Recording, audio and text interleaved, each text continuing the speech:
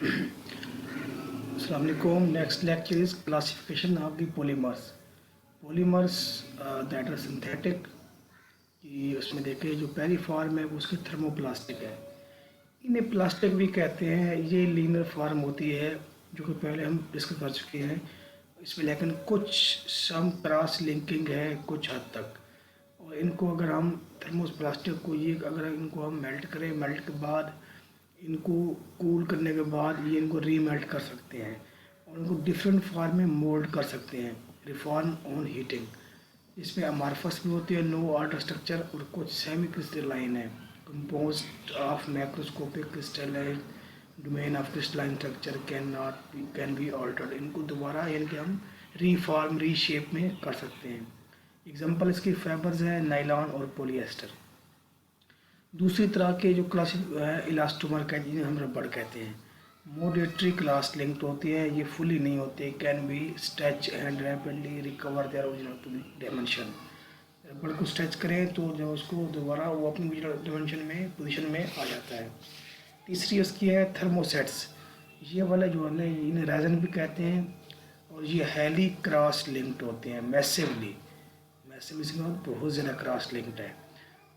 इनके अंदर covalent linking और रिजिडिटी ज़्यादा होती है, रिजिडनेस इसके अंदर बहुत ज़्यादा है। इनको जब हम हीट करते हैं, इनके बाद हीट करने के बाद ये कूल होते हैं थर्मोसेट, तो रिजिड बन जाते हैं और डिग्रेड ऑन हीटिंग पे डिग्रेड हो जाते हैं और दोबारा अपनी रिफॉर्म इनको हम दोबारा अपनी हालत में नहीं ला सकते, तो इन्हें थर्मोसेट्स कहते हैं, हार्ड बहुत ज़्यादा होते हैं।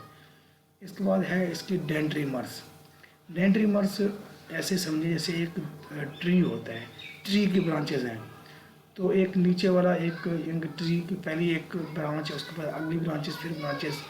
तो ये वाले डेंड्रीमर पॉलीमर जो होती हैं ये आजकल न्यू फॉर्म है इसकी, पॉलीमिथाइल मेथैक्रिलेट और इस तरह के बहुत से हैं जो कि यूज होते हैं कैंसर की ट्रीटमेंट में। तो बहुत सी ड्रग्स को ये कैरी करते हैं, ड्रग इसके ऊपर लोड की जाती हैं। डेंड्रीमर्स एंटी कैंसर ड्रग्स को कैरी करते हैं, लोड करते हैं। इनका आजकल बड़ा बायोलॉजिकल एप्लीकेशन है, मल्टी ब्रांच होती है, मल्टीपल कंजेक्टिव रेगुलर ब्रांचेज होती है। इसके बाद ये वो थे सिंथेटिक। इसके बाद ये है बायोपॉलीमर्स। बायोपॉलीमर में फिर पॉलीपेप्टाइड चेन है, जो जो प्रोटीन जिसकी बनी प्रोटीन इम्यूनो एसिड हीट्रोपॉलीमर चेन है। न्यूक्लिक एसिड हमारा RNA DNA भी एक पॉलीमर है। पॉलीसैकेराइड जो शुगर्स है वो भी पॉलीमर है।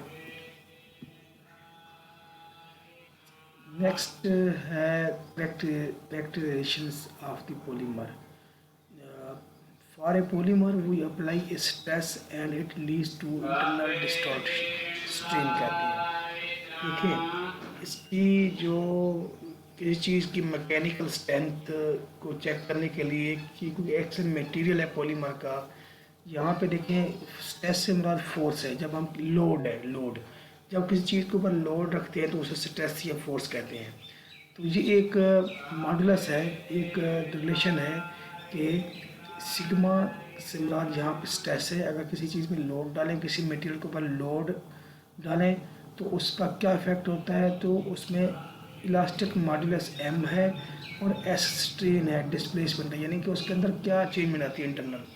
तो यहाँ से आप देख सकते हैं ये स्ट्रेन उसका इंटरनल स्ट्रक्चर और यहाँ शेयरिंग है, शेयर, ये फ़र्क है। ये मटेरियल है या उस पर लो स्ट्रेस होती है तो ये स्ट्रेन शो करता है या शेयरिंग शो, इस तरह उसकी इंटरनल स्ट्रक्चर या डिस्टॉर्शन अगर इस तरह डिस्टॉर्शन हो तो स्ट्रेन कहते हैं, अगर इस तरह डिस्टॉर्शन हो तो शेयर कहते हैं। अगर ये इलास्टिक मॉडुलस स्मॉल हो, स्ट्रेचेस ईजीली स्ट्रेच हो जाते हैं, जैसे रबड़ है, रबड़ पे हम फोर्स करते हैं तो इजी स्ट्रेच हो जाते हैं और डिस्प्लेस हो जाते हैं, स्ट्रेन उसके ऊपर एक ख़ास हद तक आती है। अगर ये elastic modulus L large M बड़ा हो, small strain produce by A stress hard plastic ये हो जाते हैं। अगर लार्ज M हो तो एक छोटी सी स्ट्रेन भी और जो स्ट्रेस यहाँ पे होती है उसके लिए हार्ड प्लास्टिक हो जाते हैं, जैसे पॉलीमिथाइल methacrylate.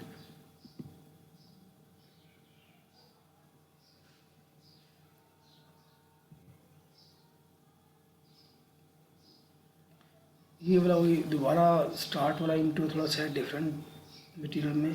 Polymers and chain structure. Polymers और लार्ज मॉलिक्यूल्स मैक्रो मॉलिक्यूल कहते हैं। पॉलीमर्स में जो है उसका देखिए यूनिट 5000 से लेकर ज़्यादा होना चाहिए। ओलिगोमर 500 से 100 यूनिट होना चाहिए। रेपिटेटिव बॉन्डिंग जिसमें जो यूनिट है जो बॉन्डिंग है वो कोवलेंट होती है, एनिक नहीं होती। आप समान मॉलिक्यूल्स मोनोमर जिन्हें कहते हैं। Characteristics chain structure of multiple repeating unit which are related chemically आज इन केस ऑफ पॉलीस्टाइरीन। ये पॉलीस्टाइरीन है, पॉलीस्टाइरीन का। Classification of the polymers, nature of repeating unit उस पर डिपेंड करती है। स्ट्रक्चरल कैरेक्टरिस्टिक्स पे, स्टीरियोकेमिस्ट्री पे, मॉलिक्यूलर फंक्शनल ग्रुप पे, ट्रेड नेम पे, डिफरेंट कमर्शियल नेम पे, फिजिकल प्रॉपर्टीज़ पे, एंड यूजेस पे, पॉलीमराइजेशन प्रोसेस पे कि वो चेन है, स्टेप ग्रोथ है। ऑल हाईलाइट्स इन रिस्पेक्ट और प्रॉपर्टी ऑफ द पॉलीमर्स। ये हम पहले डिस्कस कर चुके हैं कि होमोपॉलीमर्स में सेम यूनिट है, कोपोलीमर में डिफरेंट होती है। अल्टरनेटिव कोपोलीमर क्या होते हैं? ब्लॉक कोपोलीमर में रैंडम और ग्राफ्टिंग में। स्ट्रक्चरल पॉलीमर में सेम क्लोज मटेरियल प्रॉपर्टीज़ है, नेटवर्क है। तो ये स्ट्रक्चरल करेक्टरिस्टिक्स में ये डेंड्रीमर्स हैं जो मैं पहले आपको डिस्क्राइब कर चुका हूँ। डेंड्रीमर्स देखें, ये इसका ये ब्रांचेस यहाँ से जा रही हैं। एग्जाम्पल्स के स्टार पॉलीमर्स हैं, स्टार्स ये देखें, इनकैप्सुलेटेड ड्रग्स। अब देखिए ये पॉलीमर्स हैं सारे। अब इसके अंदर ये जो गैप्स है इसमें ये कैप्सूल है जिसके अंदर ड्रग लोड की जाती है। ये ड्रग है, ये ड्रग है, ये ड्रग है। ये इसके अंदर सॉल्युबल ग्रुप है, सॉल्युबल ग्रुप। ये टारगेटिंग मोटी है, टारगेटिंग आगे जहाँ पे इस मेडिसिन ने पॉलीमर ने जाके टारगेट करना है कैंसर। अटैच ड्रग है, ये अटैच ड्रग है। स्टार जहाँ पे ना, स्टार यहाँ पे अटैच ड्रग है, ये इनकैप्सुलेट ड्रग है।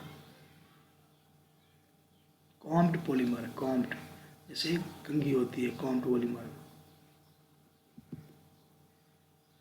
Stereochemistry of linkages we have already discuss कर चुके हैं। एसोटैक्टिक, एंटीटैक्टिक और एटैक्टिक। क्या, थैंक यू, अल्लाह हाफिज़।